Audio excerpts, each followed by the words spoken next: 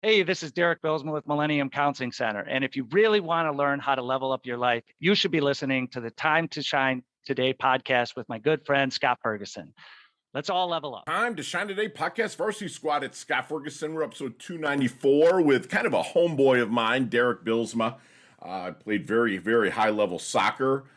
He found his calling in being a therapist with the little urging of his lovely bride, his wife.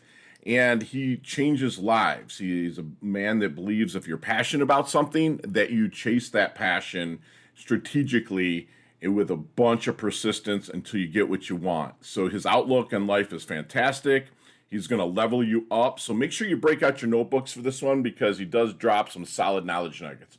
So without further ado, here's my really good friend, Derek Bylsma from the Millennium Counseling Centers. Let's level up.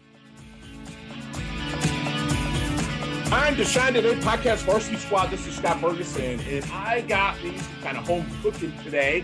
So a gentleman that we kind of grew up together. We're only 3 years apart in age, but he grew up about maybe 15 minutes from me in Ann Arbor, Michigan. I grew up in Plymouth, Michigan, and we know some of the same people, and it's just crazy how this COVID world and everything else kind of shrinks it down, and I'm blessed to be able to bring people on, like my good friend Derek Bylsma, from Millennium Counseling Centers. So they are located in Chicago, Illinois, but they are all about leveling up people's lives. Derek is a former high-level athlete and business owner who has dedicated all his attention to helping people get mentally well. He's a therapist and a group practice owner specializing in substance abuse, trauma, and mental health. He also oversees both their athlete wellness program and intensive recovery program. His goal is to be an advocate for mental health, support all, and provide a platform for everyone to get the support they need. And I love that because like therapy, people know that I'm not a therapist. I love getting people from therapists through my breakout program here at Time to Shine Today, but Derek takes care of what's buried and brings it to the surface and helps them heal and level up and move forward. And Derek, thank you so much for coming on. Please introduce yourself to Time to Shine Today podcast Varsity Squad. But first, what's your favorite color and why? I would say probably blue. It just seems like a positive color to me, I guess. There you go. I don't know why. Big Epsom salt thing over here in Florida called the ocean. It's my favorite color too. Yeah. So seriously, man, thanks for coming on, brother. It's such a small world and dropping names that we both know. It's just fantastic, man. And so can you give us a little bit about, because you were a high level athlete, can we kind of start with your story there and moving forward and how you're helping people that maybe that are stuck and help them level up? Sure. Yeah. I mean, I played sports growing up, and ultimately soccer became my best sport, and went to go on and play in college.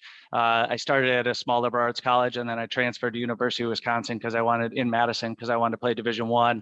I thought my ultimate dream was to play professionally, which was much different back then because I'm 52. So professional soccer was different than it is now. But ended up being able to do that. I got drafted, and then I played for 3 years. I played a couple years in Milwaukee, and then I played a year in Portland, Oregon, and then figured out that that's probably not how I was going to make my career. So I turned into a little bit more of a business guy, entrepreneur, sales guy, was in the staffing and recruiting industry, ultimately was with a big staffing company, Robert Half International. And I broke off from there and started my own company, which was my kind of first step into trying to be an entrepreneur. And ultimately I failed a couple times at that. And then in the long run succeeded. During that time, I was spending a lot of time working with people who were struggling different things, mental health, addiction, and all that type of stuff. And my wife came to me one day and said, "Hey, listen, Derek, you're not," I had started another company, and this company was actually doing well. And my wife said, "Look, you come home every night and you talk to all these people who are struggling with things, and you're reaching out to people and talking to friends." She's like, "You need to go do that. That's what you really care about." And so, which I was scared to do. I didn't want to do it because my business was going well. I was finally having some success on the business side.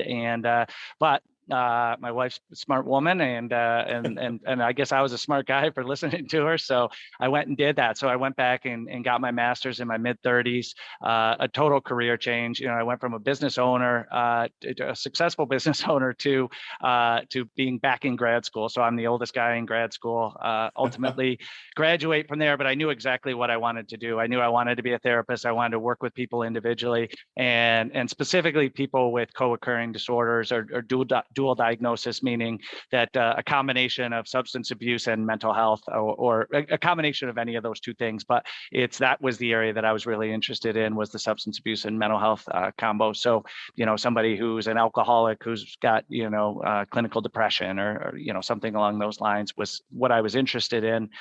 I got an internship with Millennium Counseling when I first started. So I was an intern with the place I am now. Kind of worked my way up there. It's a medium-sized, 15 people. Kind of worked my way up. About 5 years ago, I took over as executive director, and then 3 years ago, myself and another guy bought out the founder, a woman named Ann Foster, who's amazing, and we worked out a really good deal with her. So we were able to take over the business. She was able to retire. And then now I'm just, I spend time running our group practice, but most of what I do is working as a therapist. That's most of the work that I do. I'm very tightly scheduled with a lot of people on a day-to-day basis. So we spend a little less time running the business and more time, kind of working with people individually. But the truth is, that's what I love. So I love it the way we have it set up. I love it. What was the trigger then that said, because you were real quickly, what kind of business did you have that you shut down? Recruiting and staffing, headhunting. Okay, that's right. You said that. Okay. So what was the trigger then that said, you know what, I understand your wife kind of gave you the push forward, but what was the trigger that you were coming home, helping people, talking to people that needed it? What really triggered that part of your caring? Yeah, I mean, I can give you the vague answer or the real answer, but the vague answer is I was going through some of my own stuff. The real answer is I got sober, and so I got sober 18 years ago, and had been a guy who could kind of do whatever I wanted to do. I was able to control everything, and then when it came to this one area of my life, I wasn't able to do it. So I went and got sober, and after getting sober, I was working with other people who were in recovery, and so I felt like I saw what a difference it made in my own life and how much better life got for me. And I felt like I could help other people do that and see that. And so that was kind of my dream. I felt like I had this little secret that I needed to share. That is awesome, Derek. That comes straight from the heart. So it's genuine, and you wake up every day with that passion and persistence that wants to move forward and help out people out. So do you do a lot of, I heard you say you talk group, but do you do one-on-one counseling as well? We do, yeah. Okay. In fact, most of what we do is one-on-one. We do have some groups, but most of what I do is one-on-one. And we've talked about, we've got this intensive program, which we'll talk about at some point. But I think that was kind of the thing that excited me, was just an opportunity to kind of treat people as individuals. I think one of the things is that we all react to different things. Things are important. Something that's important to me or would be meaningful to me may not be to you. And I think the key to really trying to help people is getting to know them well enough to figure out what that is, as opposed to just giving them a bunch of psychoeducation and hope that sticks. Love it. I love it. So that means you're listening, which is fantastic. So when someone comes to you, maybe you're in a discovery period to make sure Millennium is a good fit for them. Is there what part of maybe your secret sauce is there to maybe help them initially start to find their blind spots? Here's the hardest thing I think we have to do is we have to, if somebody comes to me and they're trying to make changes in their life, the single hardest thing they need to do is trust that what I'm telling them is the truth. And so if they can trust that for the short run, then I know they'll see that in the long run. And what I mean by trust is just having faith that life will get better, that things will get better if you change the way you're living it. If something's not working, then we need to change that. And I think that I will kind of lay out to them what I believe things will look like if they continue to, kind of work at those things. But in the beginning, they're just, you're somebody they just met. And so they have to trust you and believe you. And so I think that the most important part is being able to connect with people initially and just have that kind of initial connection so that that they're even open to having faith in what you're saying or believe in, what you're saying. Because like the secret that I know is if they do that, their life will get better. 100% of the time, their life is going to get better. Not because of some secret I have, but just because we know that if you work at something, it's going to help change things. And so I just need to keep them engaged long enough till they can see it themselves and they start to see kind of the thing I refer to as a kind of personal historical data. So so that basically they start building their own data on their own lives instead of me talking about what has happened with other people or what theoretically could happen or what the ideas would be. I love it. And that's a very fun way of saying facts without getting into numbers and boring the shit out of people. That's fantastic, Derek. So when you're maybe in this discovery period, is there any good question that you wish they would ask you but never do? Let's see. There's, I guess, a lot of good questions, but if I were sitting in the other seat, I would say, well, how are you going to help me? What's that going to look like? That would be my question. A lot of people have different ideas about that, but if I was going to go and spend the time and effort to try to change my life, I would, really want to know, what are we going to do and how are we going to get there? Love it. And so if I'm out networking, or anybody else that's here that's out networking, presence and flash, meeting some people, what kind of things am I listening for from people that might make them a good referral contact or connection for Millennium? We've got a kind of a wide range of therapists who all specialize in different things. So we kind of cover the group. One thing that's a little bit different about us is that in the substance abuse world, we also do mental health. We're not strictly substance abuse. So we work with mood disorders and kind of anxiety, depression, all those types of things. And so I just think that if somebody feels like they want to make a change in their life and they don't really understand why, basically, if life isn't going well and you're not exactly sure why that is, and you want to explore that.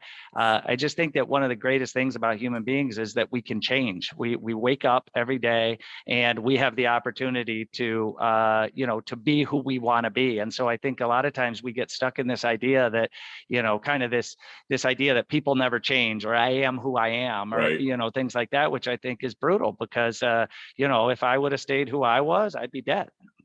Right. And me too, to be honest with you. I had my demons as well. So how about with people that are already doing well, but maybe need that little push, or they have that problem, maybe substance abuse or mental therapy? Are they also a good referral for you as well, where they maybe they're doing well, Sure. They're high level?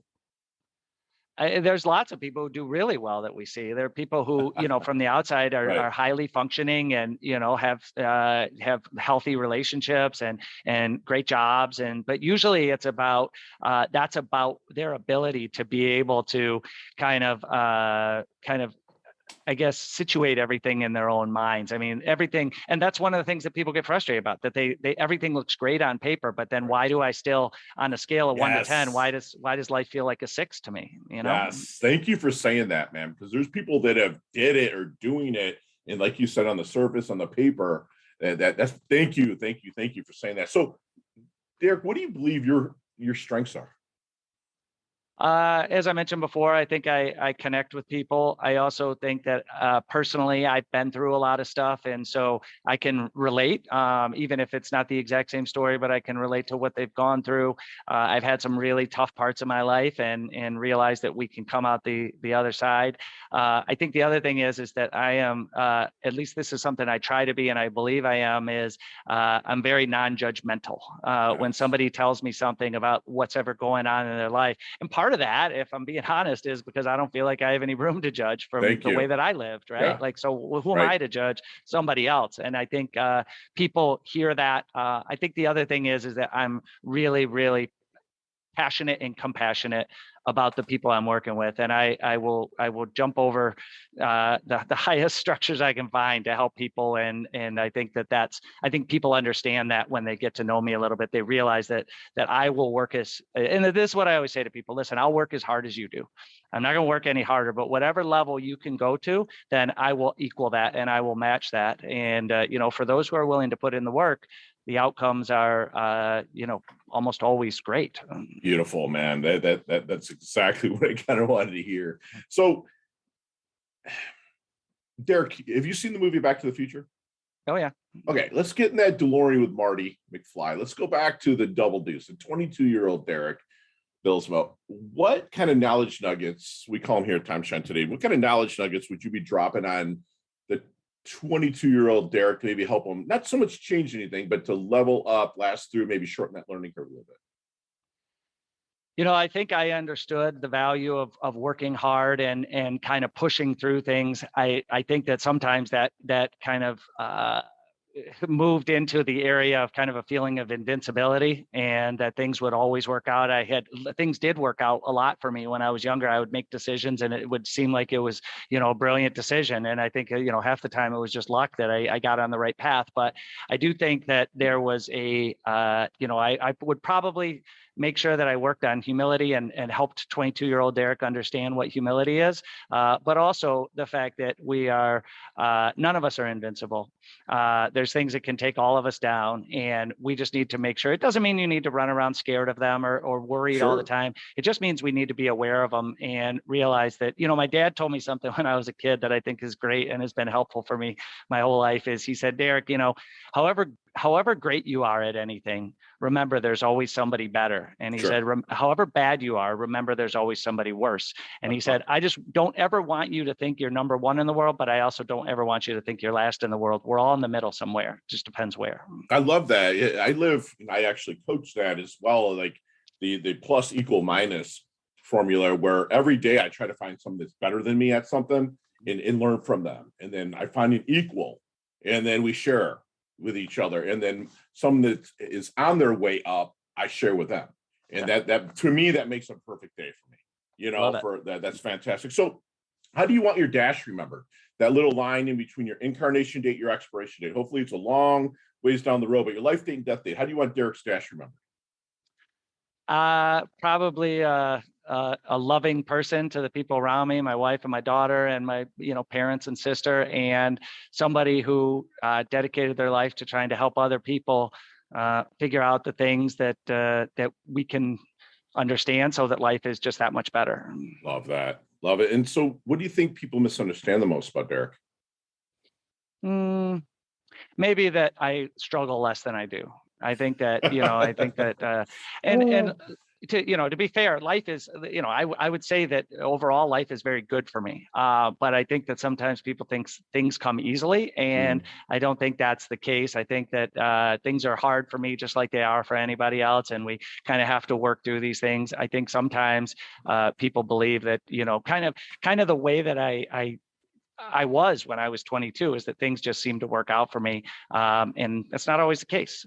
Right. You got kind of feel like when you're younger, and I was the same way, being in the military and then coming back after what I seen and did. And it's like, I thought I had the King Midas touch and stuff. Everyone, a lot of everything I touched turned to gold. And then you get that one wake up call, right? So that's right. What, if anything, keeps Derek up at night?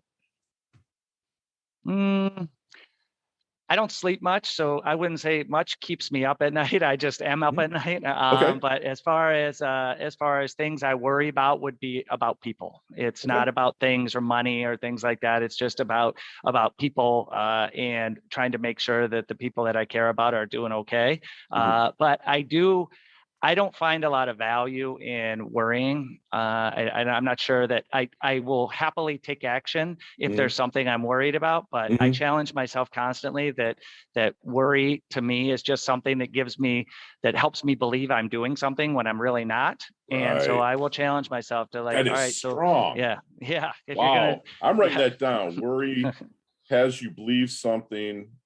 Say that again. What did you say about worry? Well, it just has you believe that you're taking action because you're not just doing nothing, you're worrying about it. So it must be important to you. And I challenge myself to say, no, you don't get to worry. You either take action or you accept it. But just sitting around and worrying about it is not helping me get anywhere. Yeah, it's true. That's a mind bomb knowledge nugget right there, because worrying is actually an action. That's fantastic. Thank you for dropping that on the squad, brother. So let's take out of the equation any family, electronic devices, we're not going to say iPhone, iPad, whatever. What are 3 things that Derek can't live without? Competition. Love it. Passion and energy. That's beautiful. Love it. And they all have to come together. That's beautiful. So what is your definition of a life well lived? I think that, so it's funny because this is something I talk with people a lot, but I think that it's our understanding of what life is versus what factually is what life is. And what I mean by that is, and there's a much longer version of the story, but I'll tell it quick, is I made friends with this homeless guy years ago, and he was very, very positive guy. I also had a friend of mine who on paper was super successful. Everything was great for him. And so, but the difference in talking to the two guys was amazing. The homeless guy was always up and happy, and the other guy was always complaining about what wasn't going right. And so I asked the homeless guy, on a scale of 1 to 10, what is life? And he thought about it for a minute and he said 8. And then I asked the guy who looked great on paper, who had, he was very wealthy. I knew his wife. She was awesome. He had 2 great kids. And I asked him, what is life? And he said 7. And so the question I always ask people is who would you rather be? And my answer to that, so to get to your question, my answer is that I'd rather be the guy that thinks life is an 8 when it's really a 3 than the guy who thinks life is a 7 when it's really a 9. Does that make sense? Yeah. The facts for what is life versus the fact. That's I've never even thought about that. That's another knowledge bomb, dude. Wow. Hey, time to shine today podcast Varsity Squad. We are back. And Derek, you and I could we might one day talk 30, 40 minutes on each one of these questions, but you got 5 seconds with no explanation. So you're going to put that high level athlete hat on right now. You're going to answer these quickly for me. All right, brother? Mm-hmm. All right, here we go. What is the best leveling up advice that Derek's ever received? Find your passion and be great at it. You can make a career of it. Share one of your personal habits that contributes to success. Energy. Love it. So you see me walking down the street and you're like, man, Fergie looks like he's in his doldrums. What book might you hand me? Drive by Daniel Pink. Yeah, my man. Love it. What's your most commonly used emoji when you text? I don't use emojis. Beautiful. It would be a smiley face. Gotcha. And don't lie to me on this one, Bylsma, but if you could be one age physically for the rest of your life, keep the knowledge you've garnered and continue to gain wisdom, what age physically would you stay for the rest of your life? 25. 20. Thank you for putting a 2 or a 3 on the front. Beautiful. Believe it. Beautiful. Nicknames growing up. Tricky D. Really? Love that. Chess, checkers, or Monopoly? Chess. Beautiful. What's your go-to flavor for ice cream? Some sort of caramel. Beautiful. There's a sandwich called the Bylsma. What's on that sandwich? Turkey, a bunch of vegetables, and probably some sort of ranch flavored dressing. I'm a ranch fiend too, dude. So you got a time machine. You got access to a time machine for one day. Would you go 20 years in the future or 20 or 30 years in the past just to hang out for one day? Past. Me too, actually. I love it. I get to go to the change future a thing. I would just hang. Yeah. I love it. We're already going to the future. I'd take my chance of going to the past. That's right. Favorite charity and organization like to give your time or money to? Urban Initiatives in Chicago. Beautiful. Beautiful. You can elaborate a little bit on this one. Last question. What's the best decade of music? 60s, 70s, 80s, or 90s? 90s. Thank you. I was a guy who grew up around a lot of different types of music, and especially, in Michigan, a lot of hip hop and old school rap and stuff like that. So that's kind of the area I still connect to. Beautiful, beautiful. Now you mentioned briefly about a program that you guys have there. I'd like to really kind of talk about that and what's going on at Millennium and what you're offering. Sure. Yeah, we and I think that this was also probably the thing that I've been most passionate about is when I had gone through my own journey of recovery and treatment and all that kind of stuff, then I saw that there's a lot of people that we would hear people who had gone through different programs and things like that, and they would have one kind of common complaint, and they would say, I don't get enough individual attention, right? It's everything. I feel like I'm just a number and I'm in a group. And so we started an intensive recovery program, which is similar to an intensive outpatient program where it's based around almost all individual one-on-one counseling at an intensive level. So 10 hours a week of straight sessions. And then we also have daily check-ins. We're in touch with people 2 to 3 times a day.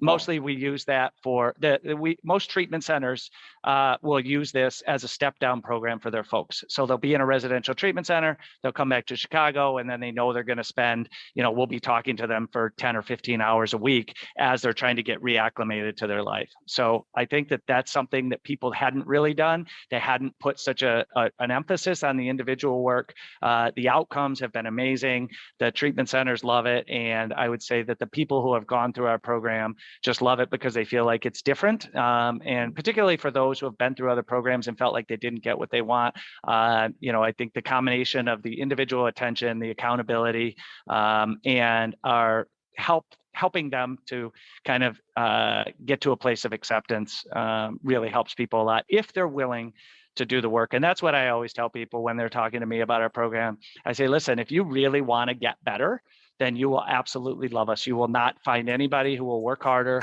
or will try more to help you. But if you just want to check a box to tell somebody that you went to treatment afterwards, we're the wrong place because it's too much attention. We're too close to you. You'll hate it. You'll feel smothered if you don't want to do the work. I love that you said that. So are you guys smothered? If you're not down, like you can lead a horse to water, can't make it drink all the time. I love it. So are you guys nationwide or mainly in Chicago? We're in Chicago, and so the way that licensing works with therapists is you have to be in state. However, we're in the process of looking in some other states. A lot of the people that we work with, the treatment centers, have requested that we are available in their area. And so I think we'll be, particularly for this program I talked about, we should be, in the next year, I would say we'll have several other areas that will be open to it. And now with teletherapy, you can, the city is still important, but the state is, you can work with people all over the state if you use teletherapy. Sure. So I love that. So do me a favor and leave us with one last knowledge nugget we can take with us, internalize, and take action. I would just say the importance of perspective and gratitude. I think that we get too caught up in what is and don't spend enough time figuring out what our perception of those things are. And you can take the same situation and you can look at it in different ways. And I'm not talking about false positivity. I'm talking about being able to really step back and look at something from a different angle and be able to kind of see how it works. And then also, the way I define gratitude is the percentage of time that I'm feeling grateful for the things I have in my life and the percentage of time I'm thinking about the things I want to change. We need both. We need to want to change things in our life and we need to be grateful for the things we have. But for me, if I'm spending 70% of the time being grateful and 30% of the time thinking about what I need to change and what could be better, then that's the right balance for me. We all have a different balance, but that works. Thank you. Thank you for saying that, brother, because, my clients, they eat a gratitude sandwich every day. It's required of them. And what it is they set the first line, they set their intention for the day. Okay. Second line is what you're worried about, man. What do you want to change? What bank account low, business low, leads low, whatever they're talking about. And then they have to list 13 things underneath it that they're grateful for. I don't care if it's gravity, it's stuff that they're grateful for. And the 14th is a love letter to yourself. The 14th thing is like, Scott, you're doing great today. You're smiling, you're making people smile. And I tell myself every day, and my clients have to, it's required of them to tell themselves I love you. It's part of it. So the reason why it's a sandwich is the top is the intention, the bottom is the gratitude and the love letter, and that middle gets squeezed out. And they eat a gratitude sandwich every day. And you just said it in basically the exact same way. And squad, we've literally got a fantastic masterclass. And I have notes upon notes from my good friend here and kind of a homeboy, Derek Bylsma. He says, treat people as individuals. People attach different meanings to things, and a great therapist will treat them as individuals and not just put them into a cookie cutter, program. He wants you to trust your therapist in the short run, because in the long run, you're going to see results. So inch by inch, it's a cinch. By the yard, it's hard. So trust your therapist to take you through. If you're starting to work with therapists, don't be afraid to bluntly ask them, how are you going to help me? What is that plan? And if you are passionate, Derek is known as someone that's passionate and compassionate. So he sees through empathetic eyes as well as taking action to level up. a therapist, you want them to work as hard as you do. So remember, you as the patient that is being leveled up has got to put in the work and be able to put in the reps and have the grit, that monotonous activity that I always talk about. The grit is you've got to stay the course that your therapist puts you on. You know, he's a loving person, loves his family, his wife, his daughter. He's someone that's going to slide into home plate bumped and bruised, but knowing that he's left the world a better place. Derek is actively planting trees that he probably will never sit in the shade in. And I love strategically aligning with people like that. You know, if you're persistent and you have a passion, go do it. Be great at it. Okay. And then just remember, like Derek ended with, the importance of perspective and gratitude. You have to see things as they are and have that balance of, hey, there's shit to worry about. We can worry about that, but have gratitude. It like Derek said, a 70-30% split is actually pretty damn good. And I love that he kind of put it out there that it's okay to have things wrong, but make sure you're grateful for what you have right. And Derek, not that you need another one, but you earned your varsity letter here at Time to Shine today. Thank you so much for coming on. You level up your health, you level up your wealth. You're humble, yet you're hungry. You're perfect for our squad here. So thank you so much, brother. I love your guts. Thanks for having me. I appreciate it. It was a lot of fun, and keep doing the great stuff you're doing. Thanks, Derek. I'll talk to you soon, brother. Sounds good. Hey, thanks so much for listening to this episode of Time to Shine Today podcast, proudly brought to you by Sutter and Nugent Real Estate Excellence, who can be reached at 561-249-7266 and online at www.sutterandnugent.com.